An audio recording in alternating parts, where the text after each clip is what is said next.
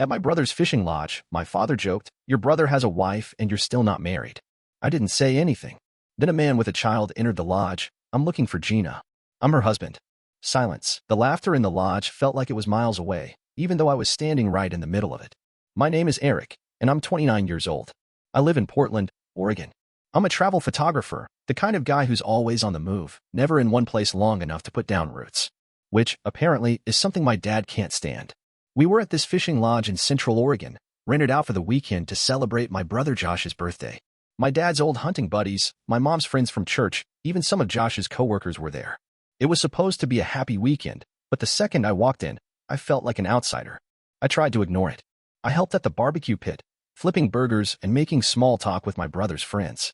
The smoke stung my eyes, and I tried to laugh at their jokes even when they didn't make sense. But every time I turned around, my dad was there, drink in hand, talking about how Josh had everything figured out. "Got the wife, the house, the kids," he said, loud enough for everyone to hear. "He's really winning at life." I pretended I didn't care. I focused on the grill, the sizzle of the meat, the smell of charcoal. But it was like a punch to the gut. Because everyone knew he was talking about me, how I was still single, still drifting around the world while Josh had built a life here. I tried to tell myself it didn't matter. That I'd rather be out there, chasing sunsets in new cities, than stuck in some small town rut. But the truth was, it did matter. It mattered because my dad didn't just say it once. He said it again, louder this time. Eric's always been the odd one out. No wife, no kids, nothing tying him down. He raised his beer like he was making a toast, and the whole room erupted in laughter. Even my mom let out a nervous chuckle. I felt my face flush. I gripped the spatula tighter, focusing on the burgers like they were the only thing keeping me from losing it. I wanted to tell him to shut up, to remind him that my life was full in ways he'd never understand. But my throat felt tight, and I couldn't find the words. I looked over at Josh, hoping he'd say anything to shut our dad up. But he just laughed along with the rest of them, his arm around his wife, GINA, who was sipping wine and pretending not to notice. That was the worst part. Everyone laughed, like it was the best joke of the night. But it wasn't a joke to me. It was a reminder that no matter how far I traveled, no matter how many incredible shots I took, I'd always be the one who didn't measure up. And as if that wasn't enough, I saw her, my ex, Lauren, standing in the corner with her new fiancé. She was dressed in a flowy white dress that made her look like she belonged in a magazine, her hand resting lightly on his chest. She smiled at something he whispered, and for a second, she looked over at me, her expression unreadable. I turned back to the grill, my heart pounding in my chest. My father's words rang in my head like an echo I couldn't escape. And as the laughter died down, I forced a smile and flipped another burger, pretending I didn't hear a thing. The laughter and music slowly faded, replaced by an uneasy quiet. I was still by the grill, trying to calm down, when a sharp knock sounded at the cabin door. The kind of knock that didn't ask permission, it demanded attention. I glanced up, confused. My dad was telling a story about one of his fishing trips, my mom was refilling drinks, and everyone else seemed too busy to notice. So, I set down the spatula and wiped my hands on my jeans before walking over. The door creaked open, and there he was, a man I'd never seen before. He wore a battered denim jacket, work boots, and jeans smudged with dirt. Next to him stood a little boy, maybe 4 or 5, wearing a bright green hoodie with a T-Rex on the front. The boy clutched the man's hand so tightly his knuckles were white. "I'm looking for GINA," the man said, his voice calm but low, like he'd been rehearsing these words all day. His eyes swept the room behind me, searching for someone who wasn't supposed to be there. I felt my stomach twist. "GINA, my brother's wife." I swallowed. "GINA's inside. Come on in." The man didn't hesitate. He stepped past me, his boots thumping on the wood floor as he scanned the crowded lodge. The boy clung to his leg, eyes wide, as if he'd been pulled from somewhere far away and dropped into the middle of a party he didn't belong in. The noise in the lodge dulled for a moment as people turned to see who had arrived. Conversations faltered. My dad, already red in the face from laughing too hard, frowned and set down his beer. My mom's polite smile faltered, like she was trying to figure out how to greet a stranger who had just walked in without a word. The man's eyes landed on GINA almost immediately. She was laughing at something Josh said, her face lit up in a way I hadn't seen all night. But the second she saw him, really saw him, her expression changed. She went pale, her smile slipping away so fast I thought for a second I'd imagined it. "What are you doing here?" she said, her voice so quiet I barely heard it over the music still playing from the Bluetooth speaker in the corner. The man's jaw tightened. "You told me you needed space. You said you were visiting family." His voice was soft, but there was something in it that made the whole room go still. Josh looked back and forth between them, confusion clear on his face. My dad sat up straighter in his chair, his eyes narrowing as he tried to figure out who this guy was. My mom took a step forward, then stopped, her hands fluttering like she wanted to fix it all but didn't know how. The boy didn't say a word. He just pressed closer to the man's leg, his little dinosaur hoodie slipping down over his eyes. The silence was heavy, pressing down on all of us. I felt like I was watching a movie, a scene I didn't want to be in but couldn't look away from. My father's joke about me being the odd one out suddenly seemed small and stupid in the face of whatever this was. No one moved. No one laughed. And in that moment, I knew everything about this weekend was about to change. The room fell silent as the man stepped forward, the boy still gripping his leg like a lifeline. GINA stood frozen near the fireplace, her wine glass trembling in her hand. I'd never seen her look so vulnerable, so completely unprepared. "What are you doing here?" GINA's voice cracked, so soft I almost missed it. The man let out a slow breath, his eyes locked on her. "I told you," he said, his tone even but heavy. "You said you needed space. You said you were coming here to clear your head. That was a week ago, GINA." GINA's lips parted like she wanted to say something, but no words came out. She wrapped her arms around herself, her shoulders curling inward. I could see the color drain from her face. Josh took a step closer to her, confusion and worry written all over him. "GINA, what's going on?" he asked. His voice was calm, but I could hear the edge creeping in. The laughter and cheer from earlier were gone, replaced by a tense quiet that filled every corner of the room. The man's eyes didn't leave GINA. "You didn't tell him," he said, his voice steady. "You didn't tell any of them." The little boy clutched his dad's jacket tighter, his big eyes darting around the room, sensing the tension even if he didn't understand it. I felt my heart drop as I realized how out of place he was here, a kid in a party full of grown-ups who'd stopped pretending everything was okay. GINA took a shaky breath, her hands moving to cover her stomach instinctively, like she was trying to protect something she didn't want the world to see. That small, almost unconscious movement told me more than any words could. My dad shifted in his seat, his expression hardening. "Who the hell are you?" he demanded, his voice deep and sharp. The man turned his gaze to my dad, his jaw clenching. "I'm someone who deserves answers," he said simply. No one said a word. My mom looked from GINA to the man, her eyes wide with shock. Josh stared at his wife like he was seeing her for the first time. And me? I felt like I was holding my breath, waiting for the rest of the world to come crashing down. Finally, GINA swallowed hard. "This isn't the place," she whispered. "It's exactly the place," the man replied. "You've been lying to everyone, GINA. Lying to me. Lying to him." He nodded at Josh, his voice trembling just a little. "And I can't keep pretending it doesn't matter." The tension in the room was electric, like the moment before a thunderstorm. The boy let out a small whimper, pressing his face into his dad's leg. The man didn't flinch, just rested his hand on the boy's head, his expression softening for a second before he turned back to GINA. "You said you were done," he said, his voice low and rough. "You said you needed time to think. But you're here, with him, like nothing happened. Like we never existed." GINA's eyes filled with tears, her mouth opening and closing like she was trying to find a way out. But there was no way out. Not this time. The man's voice cracked as he spoke again. "I didn't come here to make a scene, GINA. I came because I deserve to know the truth. We deserve to know." His words hung in the air, heavy and undeniable. And for a long, breathless moment, no one moved. No one spoke. We just stood there, a room full of people who suddenly realized that everything they thought they knew was a lie. For a moment, no one said a word. The silence was deafening, like the whole room was holding its breath. GINA's shoulders shook as she finally found her voice. "You're pregnant, and you didn't tell me," the man said, his voice raw and full of something close to disbelief. His words cut through the quiet like a knife. GINA's hands flew to her mouth, tears slipping down her cheeks. She didn't deny it, she couldn't. The truth was there in the way she held herself, in the way she looked at him, at all of us. Josh took a step back, like he'd been punched. "GINA," he said, his voice cracking. "What is he talking about?" She let out a sob, her face crumpling.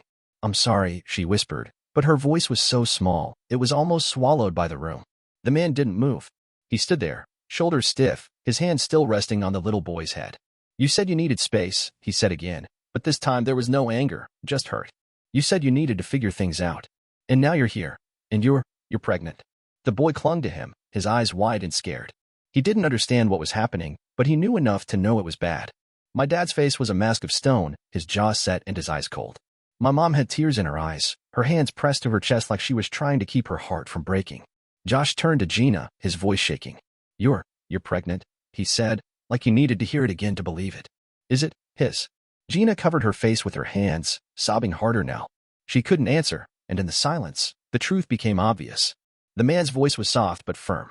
"I thought we were building a life together, GINA," he said, his eyes never leaving her. "I thought we were family. I didn't mean for it to happen like this," she sobbed. I didn't know how to tell you." The man's eyes flicked to Josh, then back to GINA. "You left our son with me," he said quietly, nodding down at the little boy who was still clinging to his leg. You told me you needed to figure things out. And now I find out you're here, playing happy family with him. Josh let out a bitter laugh, shaking his head like he couldn't believe any of this. How long, Gina? He asked, his voice low and deadly calm. How long have you been lying to me? She didn't answer. She couldn't. She just sank down onto the couch, her sobs the only sound in the room. The man bent down and picked up the boy, his expression hardening. We're leaving, he said. We won't be back. The boy wrapped his arms around his father's neck, burying his face in his shoulder. The man turned and walked to the door, his steps slow and deliberate. No one tried to stop him. No one could. At the door, he paused and looked back at Gina one last time. I hope you find what you're looking for, he said quietly. But you won't find it with us. Then he stepped out into the night, the door closing behind him with a quiet finality that echoed through the room. The weight of what had just happened hung in the air, heavy and suffocating. No one spoke. No one moved. The party was over. The laughter, the music, the bright lights, it all felt like a distant memory. All that was left was the wreckage. And Gina, sitting there with her face in her hands, crying like the world was ending. The door slammed shut, and the sound echoed through the cabin like a final verdict. For a moment, no one moved. It was as if the air had been sucked out of the room, leaving only the weight of what had just happened. Slowly, the guests began to move. Conversations that had once been easy and full of laughter were now reduced to hushed murmurs. People started to make excuses, slipping out into the night one by one, each departure marked by a quiet apology or a glance that said more than words ever could. I stood there, watching it all unfold. My brother Josh just sat on the edge of the couch, his hands hanging between his knees, staring at the floor like he was trying to find answers there. Gina was still crying, her shoulders shaking with silent sobs. My father leaned back in his chair, his face a mask of disappointment and something colder, something that looked a lot like disgust. My mother was the only one who tried to do something. She moved around the room, picking up empty glasses and plates like cleaning up the mess could somehow erase what had just happened. But her movements were shaky, her smile forced and brittle. I didn't say anything. I didn't know what to say. I just watched as the perfect image of my brother's life crumbled in real time. Josh finally looked up at Gina. How could you do this? He asked, his voice soft but sharp, like a knife slipping between her ribs. How could you lie to me like that? She tried to speak, but her voice cracked, and she couldn't get the words out. She just shook her head, tears streaming down her face. My father let out a heavy sigh and stood up. He walked over to the fireplace, poking at the embers with a metal poker like he was trying to find something to focus on other than the wreckage of his son's marriage. I should have known, he said, his voice low and bitter. I should have seen it. My mother stopped fussing with the plates and just stood there, staring at the floor. She looked lost, like the walls of the lodge were closing in on her. I caught her looking at me, her eyes soft with something like regret. For a second, I thought she might say something. But she didn't. She just turned away, busying herself with the mess again. Josh buried his face in his hands, his shoulders heaving. I wanted to say something to him, to tell him it wasn't his fault, that none of this was on him. But the words stuck in my throat. I didn't know if it would even matter. The lodge was quiet now, the only sounds the crackle of the fire and the occasional sob from Gina. It was supposed to be a celebration, a weekend of laughter and good memories. But all I could see was the broken pieces of the life my brother thought he had. I didn't try to comfort anyone. I didn't have it in me. I just stood there, feeling like an observer in my own family, watching it all fall apart around me. Eventually, my mother drifted over to me, her voice trembling as she said, Eric, maybe you could say something? Help him see that we're still a family. I looked at her, really looked at her, and for the first time in a long time, I didn't feel the need to jump in and fix it. I just shook my head. This isn't my mess to clean up, Mom, I said quietly. She blinked like she didn't understand, but I could see the flicker of realization in her eyes. She was finally seeing that maybe I wasn't the one who needed fixing. I turned away from her and went back to the grill, even though there was nothing left to cook. I just needed something to do, something to keep my hands busy while the world I grew up in cracked wide open. In that silence, I felt a strange kind of calm settle over me. For the first time, I realized I didn't have to prove anything to anyone. I didn't have to pretend I was part of something I'd never really belonged to. And as I stood there, watching the embers of the fire glow in the dark, I knew that whatever happened next, I'd be okay. 3 days later, my dad called me out of the blue. His voice was rough and tired when he said, Can you meet me at that old diner off Highway 20? The one with the neon sign. I didn't know what to expect, but I said yes anyway. I guess part of me wanted to hear what he had to say. Maybe I was hoping he'd finally see me the way I wanted him to. The diner was nearly empty when I walked in. A couple of truckers sat hunched over their coffee, and an older couple shared a quiet meal in the corner. My dad was in a booth near the window, nursing a cup of black coffee. He looked up when I came in, giving me a small nod. Hey, he said. Sit down. I slid into the booth across from him, the vinyl seat squeaking under me. For a moment, neither of us said anything. The waitress came by and topped off our coffees, her tired smile polite but distant. Finally, my dad let out a slow breath. "I messed up, Eric," he said. His voice was low, almost like he was talking to himself. "I spent so much time trying to make Josh into the man I thought he should be that I never saw what was right in front of me." I didn't say anything. I just listened, because for once, he wasn't trying to fill the silence with jokes or half-hearted compliments. He was just honest. "I thought I was doing the right thing, pushing him to settle down, to build something stable," he continued. "And when you took off, traveling the world with nothing but a camera and a backpack, I thought you were throwing your life away." He met my eyes, his own a little red around the edges. "I see now that I was wrong." It was quiet again. I let his words sink in, unsure how to feel. Relief? Anger? I didn't know. Maybe it was a little bit of both. "I thought I was protecting you," he said. "But really, I was just making it harder for you to be yourself. I wanted you to be like Josh, safe, predictable. And when you weren't, I didn't know what to do with that." I stared down at my coffee, swirling it in the cup. "It's not like I haven't made mistakes," I said finally. "But I never needed you to fix my life for me. I just wanted you to see that it was mine to live." He nodded, his lips pressing together like he was trying to find the right words. "You've always done things your own way," he said quietly. "I see that now, and I respect it." He paused. "I'm proud of you, Eric. I should have told you that a long time ago." Something in me eased at those words, like a knot I'd been carrying in my chest for years finally loosening. I looked up at him, my throat tight. "Thanks, Dad," I said. That means a lot." He gave me a small smile, the kind that didn't come easy for him. "I know I can't change the past," he said, "but I want to try to be better from here on out. For both of us." We sat there for a while, talking about everything and nothing. The fishing trip we never took. The time I missed Thanksgiving because I was shooting in Alaska. The way he used to think my photography was just a hobby, not a real job. And even though it didn't fix everything, it was a start. For the first time, it felt like maybe we could build something real between us, something that didn't have to be measured against Josh or anyone else. When we finally stood up to leave, he put a hand on my shoulder, and it didn't feel like a weight this time. It felt like a connection, like maybe there was hope for us after all.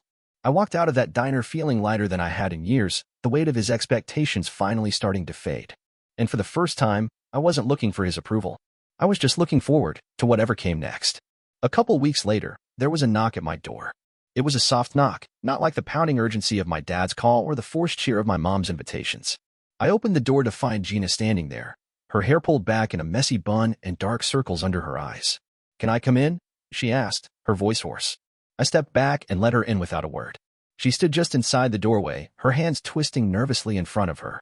She looked so different from the confident woman I'd always known, the one who could command a room with a smile. Now she just looked fragile. "I wanted to say I'm sorry," she said, her voice trembling. "I don't expect you to forgive me, but I had to say it." I leaned against the counter, arms crossed. "For what, GINA? For lying? For tearing Josh apart? Or for thinking you could just come back here like nothing happened?" She flinched, but she didn't look away. "For all of it," she said quietly. "I know I don't deserve forgiveness. I know I hurt everyone. I couldn't leave it like that." I took a slow breath. Part of me wanted to yell at her, to tell her how much she'd messed everything up, how she'd turned a happy weekend into a disaster we'd all be talking about for years. But I didn't. Because the truth was, I could see she was already carrying that weight. "I can't fix what I did," she said, tears filling her eyes. "I don't even know how to explain it. I thought I was doing the right thing, that I could figure it all out and then come back and make it okay. But I was just lost." She looked up at me then, her eyes red but clear. "I'm sorry, Eric. I'm so sorry." I studied her for a long moment. "I believe you," I said finally. "But that doesn't erase the hurt, GINA. It doesn't make it okay." She nodded, wiping at her cheeks with the back of her hand. "I know. I don't expect you to forgive me. I needed to say it." For the first time, I saw the honesty in her eyes. The kind of honesty that doesn't come easy, the kind that's earned through pain and regret. And even though it didn't change what had happened, it was something. "I accept your apology," I said, my voice soft. "But you and Josh, you're going to have to figure that out on your own. That's not something I can help with." She gave me a sad smile, a glimmer of relief in her eyes. "Thank you," she whispered, "for listening, for not slamming the door in my face." I watched her walk out, her shoulders hunched like she was carrying the weight of the whole world. And maybe she was. But as I closed the door behind her, I felt a strange sense of closure. Like a chapter had ended, even if the story wasn't finished yet. She had finally told the truth. And maybe that was enough for me to stop carrying her choices on my shoulders. A couple weeks after GINA's visit, I found myself back on the road, camera in hand, heading to a small town in eastern Oregon for a freelance job. The assignment wasn't anything fancy, just a shoot for a local tourism board, but it felt like a fresh start. A chance to put some distance between me and everything that had happened at the lodge. I pulled into town just before sunset. The streets were quiet, the little shops closing up for the night, and the air smelled like pine and rain. I checked into a cheap motel and laid out my gear, the familiar weight of my camera a comforting anchor in my hands. That night, as I lay in the lumpy bed, I thought about everything that had happened. The party at the lodge, the laughter that turned to silence, the way my father's words had stung like a slap. But mostly, I thought about how it wasn't my mess to fix. For so long, I'd let myself believe that if I could just be what my family wanted, settled down, married, normal, then I'd be enough. But standing there in that diner with my dad, and later with GINA at my door, I realized I didn't need their approval to know my own worth. The next morning, I got up early and headed out before dawn, chasing the golden light of sunrise. My camera clicked in the quiet, the cold air biting at my cheeks as I moved through the empty streets and along the riverbank. It felt good to be doing what I loved, to let the world fall away and focus only on the light and the lines, the way the world looked through my lens. When I finished the shoot, I packed up my gear and headed back to my car. In the back seat, I noticed something I'd forgotten about, a small toy dinosaur, bright green and worn from little hands. It was the boy's, the one who'd clung to his father's leg while GINA's lies unraveled. I'd found it at the lodge, tucked under the couch where he'd been hiding that night. I picked it up, turning it over in my hands. It was such a small thing, just a cheap toy probably bought at a gas station, but it felt like a reminder. A reminder that through it all, the laughter, the lies, the heartbreak, I'd stayed true to myself. I hadn't let my family's expectations or their judgment change who I was. I slipped the dinosaur into my camera bag, a tiny totem of resilience. A promise to myself that I wouldn't lose sight of what mattered. As I drove out of that town, the sun broke through the clouds and bathed the highway in soft, golden light. And for the first time in a long time, I felt free. Free from the weight of trying to be someone I wasn't. Free to keep moving forward, on my own terms. I didn't know what was waiting for me down the road, but I knew one thing for sure. I didn't need a wife or kids or anyone's approval to know my own worth. I was enough, just as I was. And that was all I needed.